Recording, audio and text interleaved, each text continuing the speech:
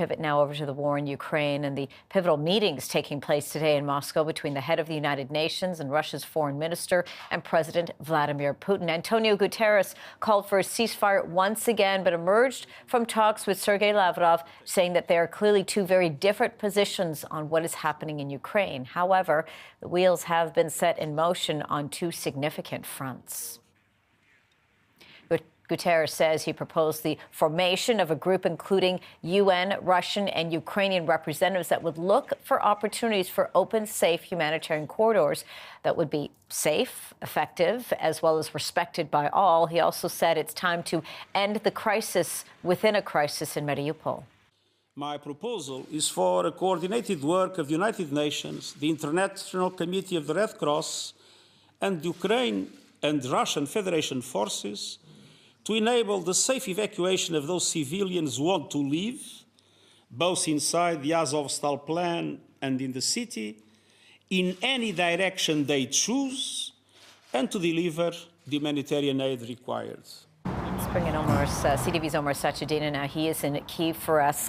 So, Omar, good to see you. And just listening there to the UN Secretary General, a very critical meeting, certainly in Moscow today, but talk to us a bit more of what came out of that. Really no clear understanding or, consideration of what needs to be done in order to end this war in Ukraine.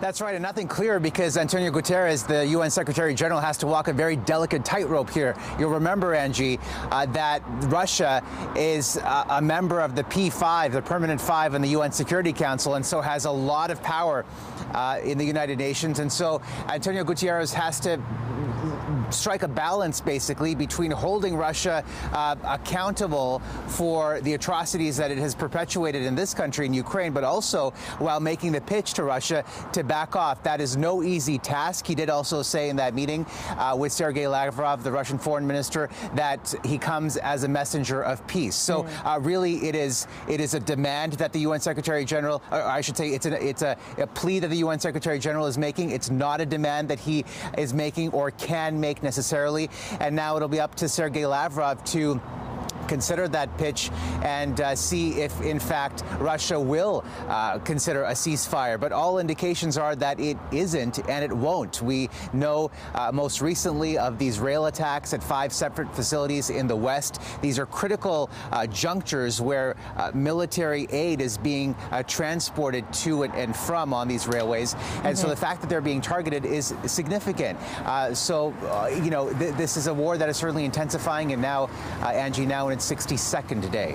Yeah, exactly. And what about this meeting that he's expected to have with Vladimir Putin? Do you think there'll be any headway made there? Or, I mean, realistically, from what you're telling me, things are still at a standstill? I think unlikely. I think that, Antonio Guterres will make the same pitch to Vladimir Putin in that meeting that he made with Sergei Lavrov at that meeting. And obviously, that pitch has been to diminish or reduce or eliminate the civilian suffering that has been endured by the people here in Ukraine. But look, Vladimir Putin remains absolutely resolute in his mission. We know, based on what the British Defense Ministry is saying today, that the city of Kremina in the Donbass has been taken over by the Russians. We know that there are more attacks, have been more attacks against Kyiv, Ukraine's second largest city. The railway attacks that I just talked about a couple of minutes ago. So certainly the offensive, particularly in the east, is intensifying, and that is not a good sign. That this is still going on despite these repeated appeals. So that is what is expected from that meeting between the Russian president and the UN Secretary General.